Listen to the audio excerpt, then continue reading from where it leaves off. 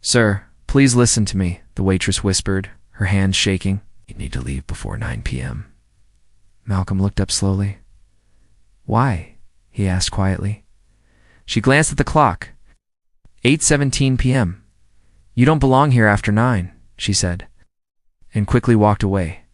Malcolm didn't move, because this wasn't just any restaurant, it was his. Malcolm Reed was not an ordinary man. He was the founder of one of the biggest steakhouse chains in America. But tonight, no one knew that. He wore old shoes, simple jacket, no expensive watch.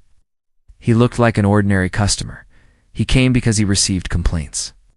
Some people said this location treated black customers differently. Malcolm didn't want reports. He wanted the truth.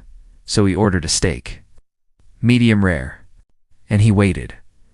At first, everything seemed normal, but then he noticed small things.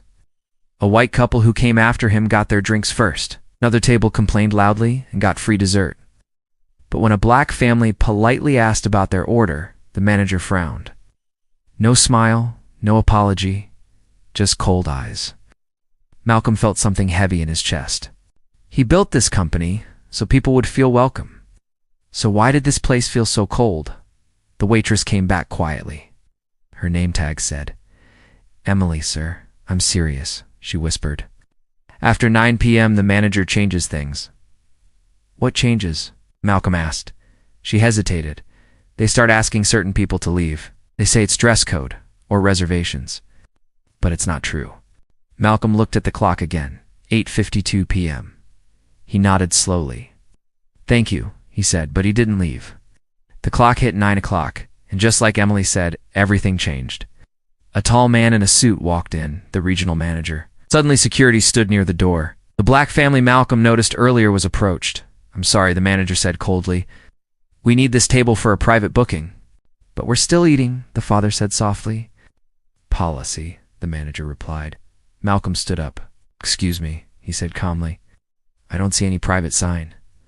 The manager looked at him up and down. Sir, this doesn't concern you.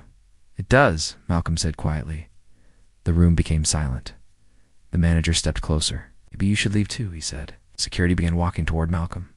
Emily looked terrified, but Malcolm didn't move. Instead, he pulled out his phone. He made one short call. 5 minutes later, 2 black cars stopped outside. Corporate executives walked in quickly. The manager's face turned pale. Malcolm slowly stood up. I think, he said calmly, this concerns me very much.